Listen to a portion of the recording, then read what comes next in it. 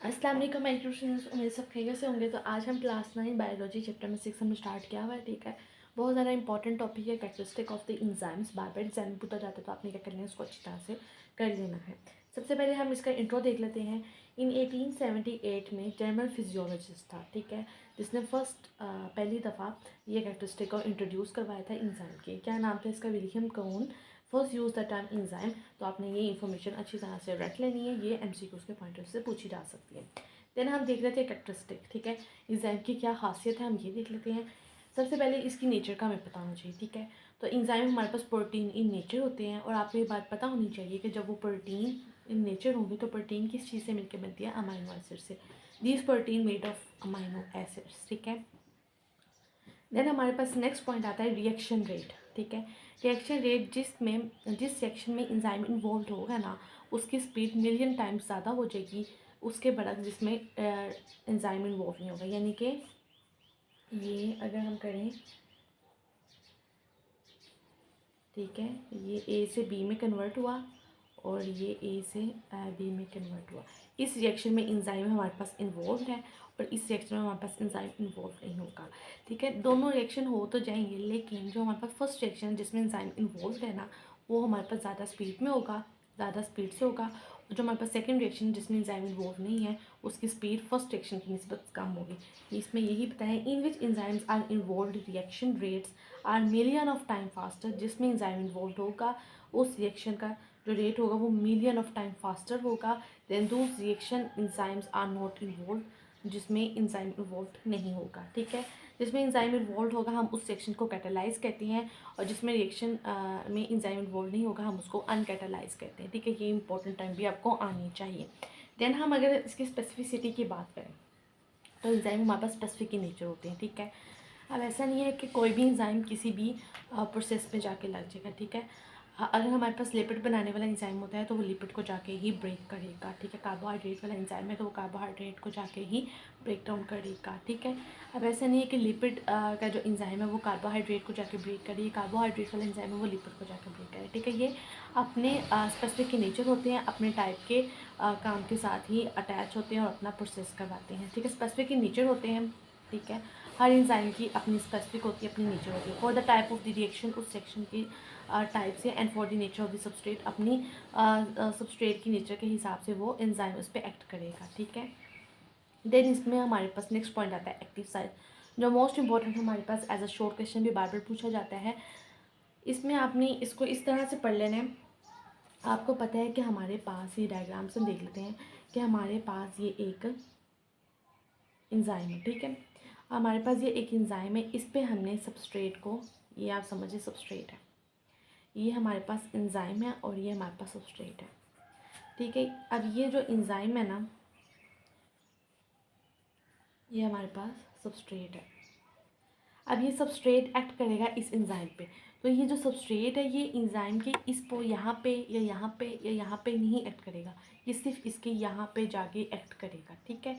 इस पोर्शन पे एक्ट करेगा, एंजाइम का सारा पोर्शन नहीं इसमें यूज़ होगा, सिर्फ ये वाला पोर्शन यूज़ होगा। और जो पोर्शन यूज़ होता है हम उसको क्या कहते हैं? एक्टिव साइट कहते हैं। यहाँ पे यही बताया कि एक्टिव साइट की डेफिनेशन क्या है? Only a small portion of the enzyme का सारा पोर्शन यूज़ नहीं होता, सिर्फ इतना सा पोर्शन यूज़ होता है। Molecule is directly involve in catalysis, reaction को स्पीड अप करवाने के लिए। दिस कैटालिटिक रीजन, इस रीजन को हम क्या कहते हैं? एक्टिव साइट कहते हैं, ठीक है। ये एंजाइम है, ये हमारे पास प्रोडक्ट में जाके ऐसे तब्दील हो जाएगा, ठीक है, ब्रेक डाउन हो जाएगा, ये प्रोडक्ट में तब्दील हो। आपने ये डायग्राम की मदद से याद रखना है कि एंजाइम का सारा पोर्शन रिएक्शन में नहीं इन्वॉल्व होता, सिर्फ उसकी स्मॉल पोर्शन इन्वॉल्व होगा, और इस स्मॉल पोर्शन को हम क्या कहते हैं? इसको हम एक्टिव साइट कहते हैं, ठीक है। इसको हम क्या कहते हैं? एक्टिव साइट कहते हैं। देन हमारे पास नेक्स्ट पॉइंट आ जाता है इनहिबिटर्स एंड एक्टिवेटर्स, ठीक है। ये भी मोस्ट इंपॉर्टेंट पॉइंट है, regulation of the enzyme activity. अब हमारी बॉडी है, ठीक है, तो हमारी बॉडी में अल्लाह ताला ने कैसे मैकेनिज़्म बनाया है कि हमें कभी कभार एंजाइम की ज़रूरत होती है और कभी ज़रूरत नहीं होती, ठीक है। जब हमें ज़रूरत नहीं होती तो हम एंजाइम को इनहिबिट करवा देते हैं, स्टॉप करवा देते हैं, लेकिन जब हमें एंजाइम की ज़रूरत होती है तो वो हम एंजाइम के मैकेनिज़्म को, एंजाइम के अमल को एक्टिवेट करवा देते हैं, शुरू करवा देते हैं, ठीक है।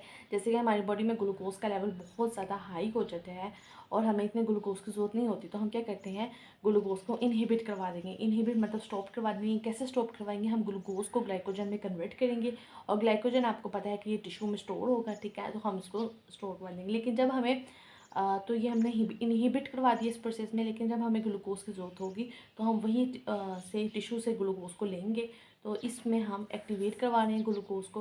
तो आपने बस यही याद रखना है कि इनहिबिट मतलब एंजाइम को स्टॉप करना, एंजाइम को स्टॉप करना या डिमिनिश्ड करना, ख़त्म करना, ठीक है। और एक्टिवेट का मतलब एंजाइम को इन्हांस्ड करना, ठीक है। यहाँ पे यही बताया, एंजाइम की प्रोडक्शन कैन बी इन्हांस्ड और diminished by a cell according to in needs. Enzyme की जो पैदावार है हम उसको बढ़ा सकते हैं या कम कर सकते हैं सेल की ज़रूरियात के मुताबिक। It can be regulated by, इसको कौन रेगुलेट करवाता है, इनहिबिटर्स मतलब हम डिमिनिश करवा सकते हैं, एक्टिवेटर्स मतलब इन्हांस करवा सकते हैं। आई होप आपको ये पॉइंट भी समझ आ गया होगा। देन हमारे पास मोस्ट इंपॉर्टेंट शॉट आता है कोफैक्टर। कोफैक्टर क्या होता है, कोफैक्टर आपने बात याद रखनी है कि एंजाइम जो होता है वो हमारे पास क्या होता है, प्रोटीन ही नेचर होता है, लेकिन जो कोफैक्टर होता है ना, ये हमारे पास नॉन प्रोटीन पार्ट होता है। इसको अपने साथ एंजाइम के साथ नॉन प्रोटीन पार्ट की भी ज़रूरत होती है, ठीक है। को मतलब इकट्ठे मिलकर ये काम करना चाहता है, ठीक है। तो ये सिर्फ प्रोटीनी नेचर, आपको पता है कि एंजाइम प्रोटीनी नेचर होता है, ये कहते हैं कि मैंने प्रोटीनी नेचर के साथ साथ नॉन प्रोटीन पार्ट भी रखना है, ठीक है। तो आपने ये याद रखना है कि कोफैक्टर इकट्ठे मिलकर काम करेगा एंजाइम के साथ, एंजाइम के साथ काम करेगा तो ये अपने साथ नॉन प्रोटीन पार्ट को भी अटैच करेगा, तो इसको हम क्या कहते हैं, कोफैक्टर कहते हैं। अब कोफैक्टर हमारे पास दो तरह का होगा। Cofactor can be either inorganic, inorganic हमारे पास मेटलाइंस होते हैं। मेटलाइंस क्या होते हैं, आपने केमिस्ट्री में पढ़ा होगा, कॉपर मेटल, मैंगनीज हो गया, सोडियम हो गया, ठीक है। तो आपने ये घबराना नहीं है, मेटल आयंस मतलब copper, metal, manganese and sodium हो गया। And inorganic flavin and heme इसकी एग्जाम्पल आ जाती है। इसके अलावा कोफैक्टर के हमारे पास 2 टाइप्स हैं, prosthetic group and coenzyme. Most important है और बहुत ज़्यादा आसान है। प्रोस्थेटिक ग्रुप क्या होता है, ये ऑर्गेनिक कोफैक्टर है, ठीक है। प्रोस्थेटिक ग्रुप भी हमारे पास ऑर्गेनिक कोफैक्टर है एंड कोएंजाइम भी हमारे पास ऑर्गेनिक कोफैक्टर है। ऑर्गेनिक मैंने आपको बताया था फ्लेविन एंड हीम होता है। प्रोस्थेटिक ग्रुप जो होता है ना, वो एंजाइम के साथ बहुत ज़्यादा टाइटली बाउंड होता है, ठीक है, बहुत ज़्यादा टाइटली बाउंड होगा। और जो कोएंजाइम होता है ये लूजली बाउंड होता है, ठीक है। आपने ये बात भी याद रखनी है, प्रोस्थेटिक ग्रुप हमारे पास टाइटली बाउंड होगा, कोएंजाइम हमारे पास लूजली बाउंड होता है। अब बच्चे क्या करते हैं एग्जाम में, इसको उल्ट पुल्ट कराते हैं, तो आपने याद रखना है प्रोस्थेटिक में हमारे पास टी आ रहा है, तो टी से आपने याद रखना है कि ये टाइटली बाउंड होगा। कोएंजाइम में हमारे पास क्योंकि कोई टी नहीं है, इसलिए ये हमारे पास क्या होगा, लूजली बाउंड होगा। अगर आप छोटी छोटी सी इसमें निशानियाँ लगा लेते हैं तो इंशाल्लाह ताला आपका सवाल गलत नहीं होगा, ठीक है। इसके अलावा हमारे पास मोस्ट इंपॉर्टेंट आता है इंपॉर्टेंट वाइटामिन्स लिखें शॉर्ट के पॉइंट ऑफ व्यू से, ठीक है। तो बच्चे कंफ्यूज हो जाते हैं कि कौन एंजाइम के कौन से हमारे पास इंपॉर्टेंट वाइटामिन्स हैं, तो आपने ये बात याद रखनी है। इसके 3 हमारे पास इंपॉर्टेंट वाइटामिन्स हैं, riboflavin, thiamine and folic acid act as coenzyme. ये हमारे पास ऐसे वाइटामिन हैं जो को एंजाइम के तौर पे एक्ट कर रहे हैं। और को एंजाइम मैंने आपको बताया कि क्या होता है, ये लूजली बाउंड होता है एंजाइम के साथ और ऑर्गेनिक कोफैक्टर है। देन मेटाबॉलिक पाथवे की बात करें, जो लास्ट पॉइंट है कैरेक्टरिस्टिक एंजाइम का। एंजाइम वर्क टुगेदर, एंजाइम ऐसे काम करते हैं in a specific order creating metabolic pathway. Pathway का आपको मतलब पता है कि ये एक रास्ता, ठीक है, पाथवे का मतलब रास्ता वो बना देते हैं। एंजाइम ऐसे मिलके काम करते हैं कि एक वो स्पेसिफिक रास्ता बना देते हैं, मेटाबॉलिक पाथवे बना देते हैं। यानी कि हमारे पास ये ए है और ये बी में कन्वर्ट होगा, ठीक है। सबस्ट्रेट, इस पर एंजाइम एक्ट करेगा, एंजाइम जब ए पे एक्ट करेगा तो ये सबस्ट्रेट है, सबस्ट्रेट प्रोडक्ट में कन्वर्ट हो जाएगा, ठीक है। अब यही प्रोडक्ट फिर सबस्ट्रेट बन जाएगा, इस पर एंजाइम एक्ट करेगा और ये प्रोडक्ट में कन्वर्ट हो जाएगा, ठीक है। अब यही प्रोडक्ट फिर सबस्ट्रेट बन जाएगा, ठीक है, इस पर एंजाइम एक्ट करेगा और ये फिर प्रोडक्ट में कन्वर्ट हो जाएगा, ठीक है। इसी तरह हमारे पास साइकिल चलता जाएगा और ये एंजाइम्स इकट्ठे ही, एक ही एंजाइम यूज़ हुआ, दूसरा ये एंजाइम यूज़ हुआ, तीसरा एंजाइम ये यूज़ हुआ, ये एंजाइम इकट्ठे काम करके एक स्पेसिफिक ऑर्डर क्रिएटिंग पाथवे, आप देखिए पाथवे बन रहा है, बना देंगे, इसको हम क्या कहते हैं, मेटाबॉलिक पाथवे कहते हैं।